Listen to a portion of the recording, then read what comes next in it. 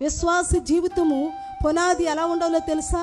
పునాది స్థిరంగా ఉంటేనే మనం కట్టబోతున్నటువంటిది ఏదైనా సరే బలముగా స్థిరంగా ఉంటుంది.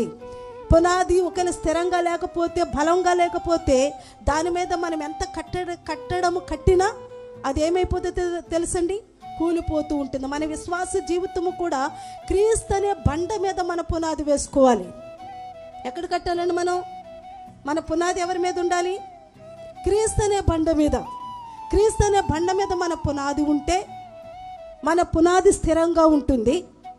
ఆటుపోటులు మనకు కలిగిన అంటే శ్రమలు, ఇబ్బందులు, కష్టము, నష్టము, వేదన, దుఃఖము, వ్యాధులు మన మీద దాడి చేసి మనల్ని ఇబ్బంది పెడుతున్నప్పటికీ కూడా స్థిరమైన విశ్వాసము, స్థిరమైన బలమైన నమ్మకము మనకున్న కారణాన్ని బట్టి ఎటువంటి ఆటుపోటులు తగిలినా మనం ఏమైపోయాం తెలుసండి? పడిపోము.